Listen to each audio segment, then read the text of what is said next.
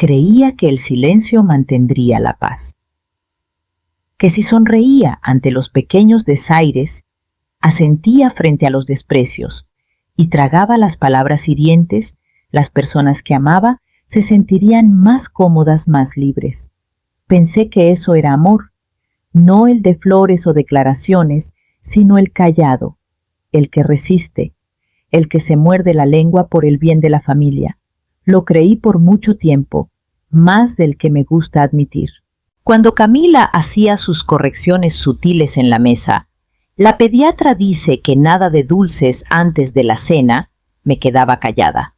Cuando Diego olvidaba avisarme del Festival de Arte de Sofía en la escuela, me convencía de que solo estaba ocupado. Cuando decían que querían que los niños pasaran más tiempo con los papás de Camila, yo decía, claro, tiene sentido. Cada momento era pequeño, olvidable, hasta que dejó de serlo. Hasta esa tarde en que puse el tazón de porcelana de mi mamá en la isla de su cocina, un tazón que cargué a través de 2 matrimonios, 3 mudanzas y una larga temporada de viudez solitaria. Lo había llenado con sopa de calabaza casera como le gustaba a Sofía. Camila miró el tazón, luego a mí, y frente a sus amigas, con mis nietos, viendo desde el pasillo, lo barrió de la mesa con el dorso de la mano. Se estrelló contra el piso. «Vete, bruja vieja», dijo lo bastante alto para que resonara. Y así el silencio que pensé que era paz, se convirtió en la prueba de que nadie me escuchaba en absoluto. La invitación llegó en un mensaje grupal alegre. Brunch el domingo en casa. Solo algunos amigos cercanos y familia. Vengan con hambre. Dudé antes de escribir mi respuesta. Luego, me encantaría. Llevaré sopa. Nadie respondió. Ni un pulgar arriba. Aún así me levanté temprano esa mañana tarareando bajito mientras pelaba calabaza y calentaba las especias. La receta era de mi mamá terrosa cremosa con un toque de nuez moscada. Vertí la sopa con cuidado en mi tazón de porcelana. No era cualquier tazón. Era parte del primer juego de vajilla que compré con mi esposo cuando ahorrábamos cada peso y soñábamos en grande. Con los años se convirtió en mi elección para ocasiones especiales. Significaba consuelo, esfuerzo, amor. Cuando llegué la sala estaba llena. Las compañeras de trabajo de Camila estaban ahí con cabello brillante y risas pulidas. Diego me dio una sonrisa rápida, distraída mientras servía tragos. Los niños saludaron desde el pasillo y luego subieron corriendo. Entré a la cocina, encontré un espacio libre en la barra y puse el tazón. Camila se giró. Su sonrisa se congeló. «¿Qué es eso?», preguntó. «Sopa de calabaza». «Algo sencillo», respondí. «No preguntaste, ya planeé el menú». Su voz era tensa, cortante. «Lo siento», pensé. Dio un paso adelante. Con un solo movimiento de su mano, el tazón cayó al suelo. La sopa salpicó los gabinetes. Los pedazos de porcelana se esparcieron como dientes rotos por el azulejo. «Vete», dijo. «Bruja vieja». Silencio. Todos miraron. El tenedor de alguien chocó suavemente contra un plato. La boca de Diego se abrió, pero no salió nada. Me miró y luego apartó la vista. Me agaché para recoger los pedazos, pero mis manos temblaban demasiado. Así que me levanté. Dejé la sopa, los fragmentos, el silencio. Y al pasar por la puerta, escuché a Camila reír. No fuerte, solo lo suficiente. Ese fue el límite. Diego tenía 10 años cuando la policía tocó nuestra puerta. Un accidente en la carretera México-Querétaro. Pista mojada. Un camión de reparto. Así el futuro que creíamos construir se desvaneció en la niebla. Recuerdo abrazar a Diego esa noche, su pequeño cuerpo apretado contra mi pecho, ambos temblando en el silencio. No tuve el lujo de llorarlo mucho tiempo. Las cuentas no saben de duelos. ¿Y los sueños? Eran para quienes tenían tiempo y apoyo, yo no tenía ninguno. Abandoné mi maestría en artes ese invierno y tramité una licencia de maestra. El arte había sido mi mundo alguna vez. Lo cambié por planes de clases, recortes presupuestales y la apatía de adolescentes. Pero nos mantuvo a flote. Cada quincena, cada cupón, cada chamarra de segunda mano que Diego usaba para la escuela estaba cosida con amor y cansancio. Nunca volví a casarme, no porque no quisiera, sino porque estaba agotada. El amor, el de verdad, se sentía como un lujo demasiado lejano. Cuando Diego conoció a Camila de verdad, me alegré. Era brillante, ambiciosa, llena de chispa. Vi cómo lo hacía brillar. Vi cómo lo hacía sentir elegido. Como regalo de bodas, les ofrecí algo que para mí valía todo la segunda propiedad de mi difunto esposo. Una casita modesta en una calle tranquila. La había comprado como inversión justo antes de morir. La mantuve todos estos años pagando impuestos, cortando el césped. No les conté lo difícil que fue. Cuántas noches me quedé sin zapatos nuevos o salté comidas para conservarla en la familia. En la recepción deslicé la llave en la mano de Diego y dije, es suya, comiencen su vida ahí. Me abrazó. Camila lloró. Recuerdo pensar, esto es lo que hacen las madres. Dan y dan y dan un poco más. Pero en mi cansancio, en mi confianza, nunca tramité los papeles legales. El título seguía a mi nombre. En ese entonces no parecía importar. Pero ahora me pregunto, ¿fue realmente un regalo? Si me costó mi lugar en sus vidas. Era domingo por la noche cuando saqué la caja de metal del estante más alto de mi closet. Una que no había tocado en años, escondida detrás de suéteres y álbumes de recuerdos, cerrada con una liga vieja y un broche oxidado. No buscaba nada en particular, tal vez un recibo, tal vez una distracción. En cambio encontré el título de propiedad. Tinta desvaída, mi nombre, la dirección, la casita donde ahora vivían Diego y Camila, la que llamé suya. Miré la hoja leyéndola 2 veces, luego una tercera. Nunca la transferí. Recordé el momento tan claro Diego en su traje Camila, con ese vestido color champán, todo encaje y luz.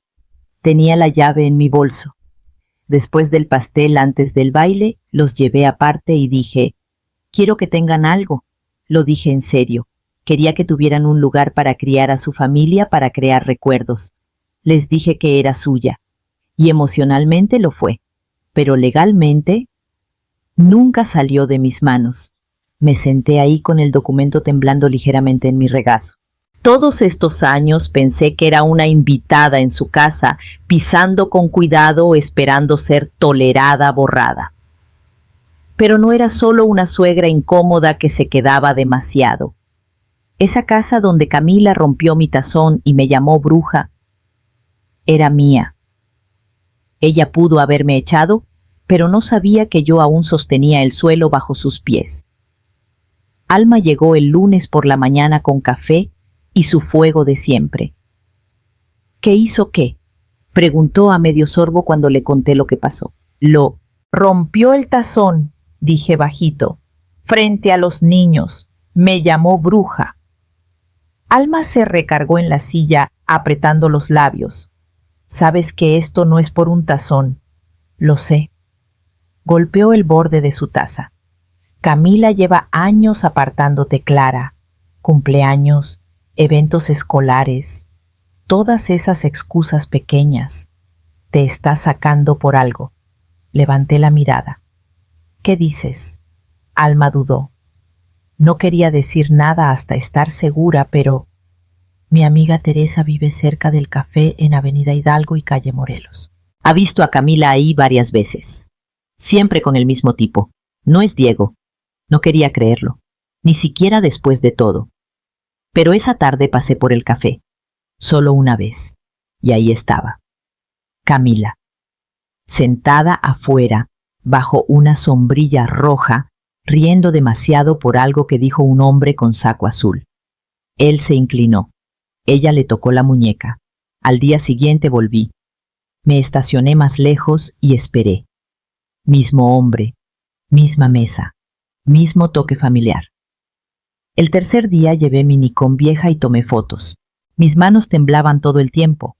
Cuando se fueron caminaron despacio, sin prisa, sin culpa.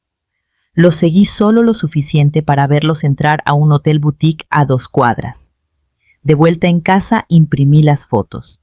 Mi mesa de cocina se volvió una escena del crimen, evidencia alineada en filas silenciosas.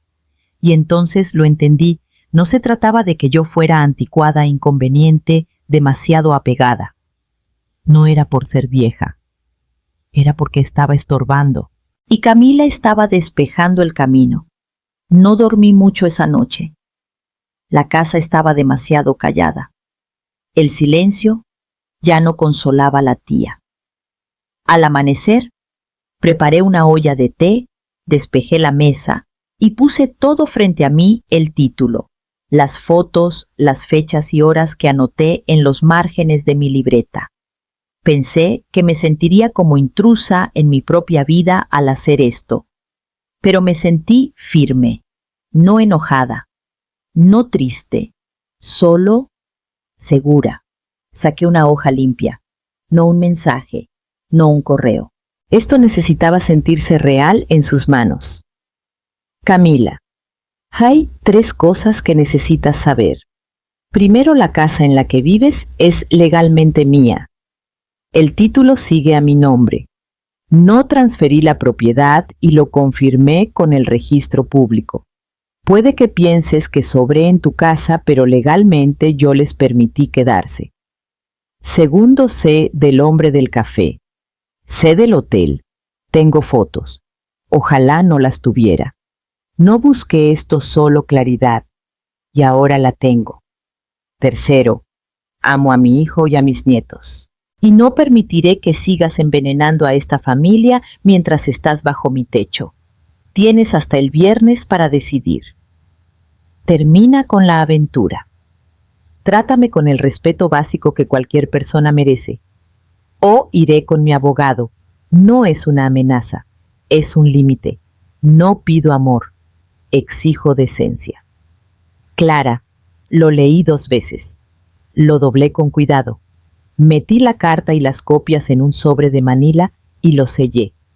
Por años di un paso atrás. Me hice pequeña. Dejé que otros hablaran por mí, decidieran por mí, me borraran. Pero esta vez no. Esta vez la línea no se movería. Esperé hasta el lunes por la mañana. Diego ya estaría en la oficina. Los niños en la escuela. Camila estaría sola en casa como siempre, sus lunes reservados para lo que ella llamaba reorganizarse, que parecía significar café, correos y fotos curadas de su vida perfectamente ordenada. No me vestí para la guerra, solo un cardigan y zapatillas. No necesitaba armadura. Tenía la verdad. El sobre de Manila estaba en el bolsillo de mi abrigo calentado por mi mano. Mientras caminaba por el sendero familiar hacia la puerta, mi puerta aún legalmente mía, pensé en todas las veces que llegué aquí tratando de no ofender, de no pisar mal, de no quedarme demasiado. Toqué el timbre. Camila abrió su expresión ya cargada de fastidio. Tenía una taza en una mano, su celular en la otra. «Estoy ocupada», dijo sin mirarme. Le extendí el sobre. Lo tomó con la duda de quien espera algo trivial y se congeló. Sus ojos escanearon la primera página, luego la copia del título, luego las fotos. Su mandíbula se tensó, luego se aflojó. El silencio entre nosotras se profundizó.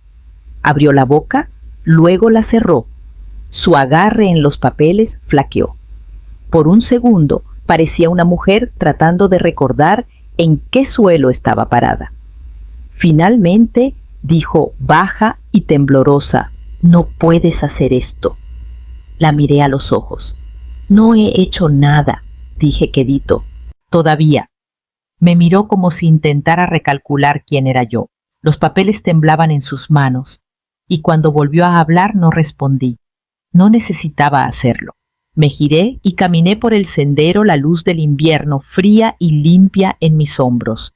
Ella se había reído cuando rompió mi tazón, pero ahora yo era quien dejaba el silencio atrás y esta vez la seguía a ella.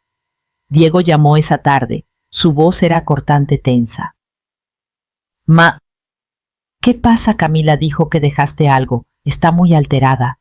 Podía escuchar cómo elegía sus palabras con cuidado, como si caminara en una cuerda floja entre nosotras, aún sin saber dónde estaba el suelo de verdad. Creo que deberíamos hablar, dije, solo tú y yo. Nos encontramos en un parque tranquilo cerca de la primaria, donde él solía columpiarse tan alto que juraba que tocaría las nubes. Ahora estaba encorvado en una banca, sus hombros demasiado pesados para el hombre que crié para volar. Le di un sobre más pequeño esta vez, solo lo esencial. Lo abrió despacio, hojeando la copia del título, la carta y luego las fotos. No habló por un buen rato. Cuando lo hizo, no fue enojo lo que salió, fue dolor.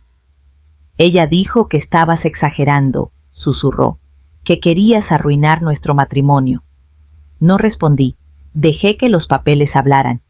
Diego miró la foto de Camila tomando la mano de otro hombre en la mesa del café.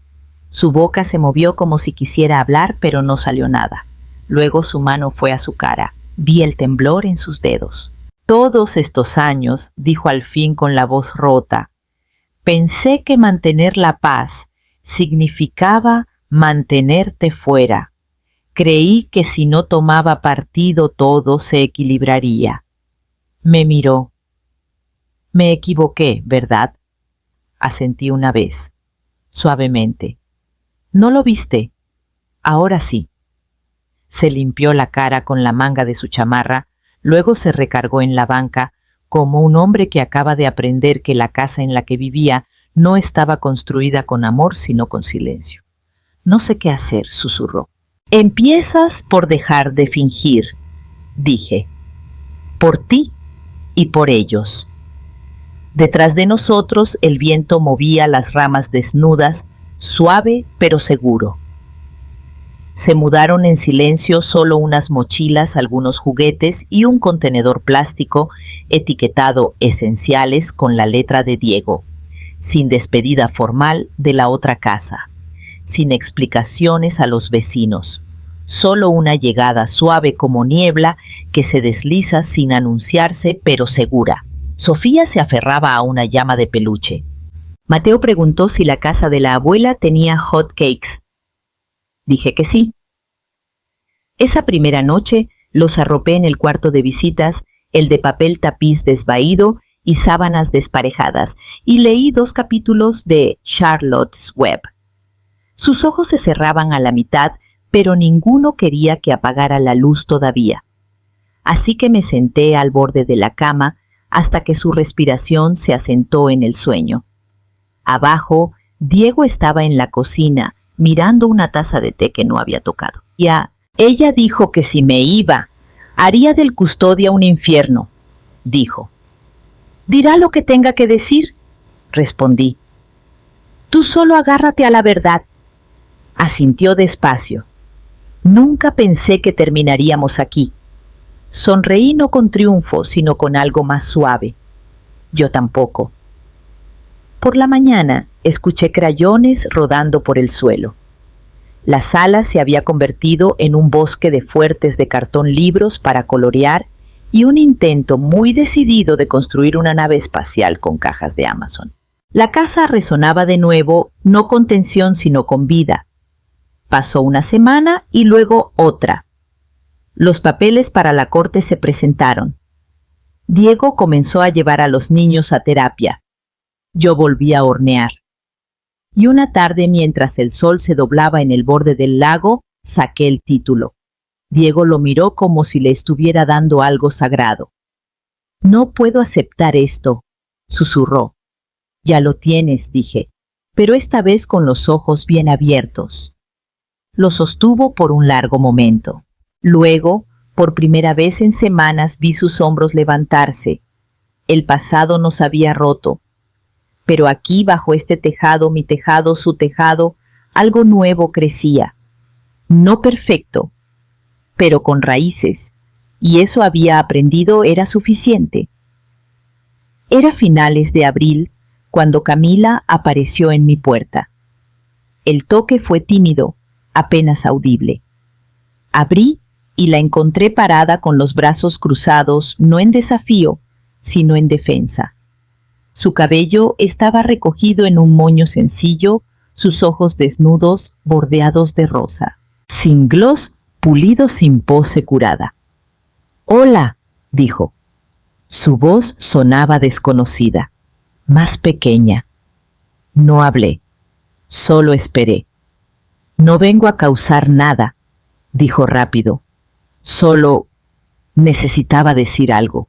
Me hice a un lado, pero solo un poco, lo suficiente para que supiera que podía hablar, no para que entrara. Tragó saliva. «He estado yendo a terapia. Por primera vez en mi vida he intentado entender por qué trato a la gente como lo hago». Miró la baranda del porche. «Odiaba lo cerca que estabas de Diego. Sentía que no podía competir, así que intenté borrarte, hacer espacio para mí, pero no me di cuenta de que estaba quemando todo a mi alrededor». No dije nada. Dejé que el viento llevara sus palabras al silencio. «Lo siento», dijo. Su voz se quebró. «Por todo». Asentí. Una vez. «Te perdono», dije. Levantó la mirada sorprendida. Tal vez esperaba que gritara o que llorara, pero la verdad es que ya había hecho ambas cosas en mi tiempo a mi manera. «Pero no te dejaré entrar de nuevo en mi paz», añadí. «Esa parte se queda conmigo». Camila parpadeó fuerte, luego asintió. «Entiendo». Se giró y bajó los escalones más despacio de lo que llegó, y cerré la puerta, no con amargura, no con rencor, solo con claridad. El sol de la tarde se filtraba por las cortinas cálido y dorado, como cuando Diego era niño y yo me sentaba en esta misma silla con un cuaderno de bocetos en el regazo y una taza de té enfriándose a mi lado. Afuera Sofía y Mateo corrían por el patio persiguiendo burbujas y las risas del otro. Su alegría flotaba ligera, despreocupada y sin nudos. De vez en cuando uno miraba hacia la casa solo para asegurarse de que yo seguía ahí. Siempre estaba. En el estante detrás de mí estaba el tazón, el que Camila rompió. Recogí los pedazos ese día, todos, incluso los más pequeños. Me tomó semanas, pero lo pegué de nuevo. No porque lo necesitara entero, sino porque necesitaba ver que podía reparar lo que importaba. Las grietas se veían, claro que sí, pero la forma se mantenía. Se mantenía. Había vuelto a pintar. Lienzos pequeños al principio, luego más grandes, más brillantes. Ahora había días en que reía sin necesitar una razón, en que bailaba mientras lavaba los trastes, en que me miraba al espejo y veía a alguien familiar devolviéndome la mirada, no más joven, no sin marcas, pero de vuelta. La mujer que perdí. La traje de regreso a casa. No con venganza, no con ruido, sino con límites, escogiéndome a mí misma, recordando que incluso cuando otros olvidan tu valor, nunca se va del todo. A veces solo espera a que regreses. Nunca fui solo una carga. Fui el aventón a la escuela cuando Diego olvidaba su lonche. El dinero escondido en tarjetas de cumpleaños cuando decían que no necesitaban ayuda. La niñera, la que hacía pozole, la mujer que se quedaba en segundo plano porque creía que eso requería el amor. Pero amor sin respeto es solo borrarte con una sonrisa. Pensaron que era frágil porque era callada, porque no gritaba, porque los dejé creer que la casa era suya, las reglas eran suyas, la historia era suya. Pero yo era las raíces bajo esa casa. Y cuando intentaron enterrarme, olvidaron. Yo aún tenía el título. No solo de la propiedad, sino de la historia, los sacrificios, la columna de todo lo que sostenían, así que no exploté, me quedé quieta. Y el silencio que les di ese día no era debilidad, era legado. Entonces ahora te pregunto, ¿habrías guardado silencio? ¿La habrías perdonado? ¿O habrías escrito tu propio final como yo lo hice?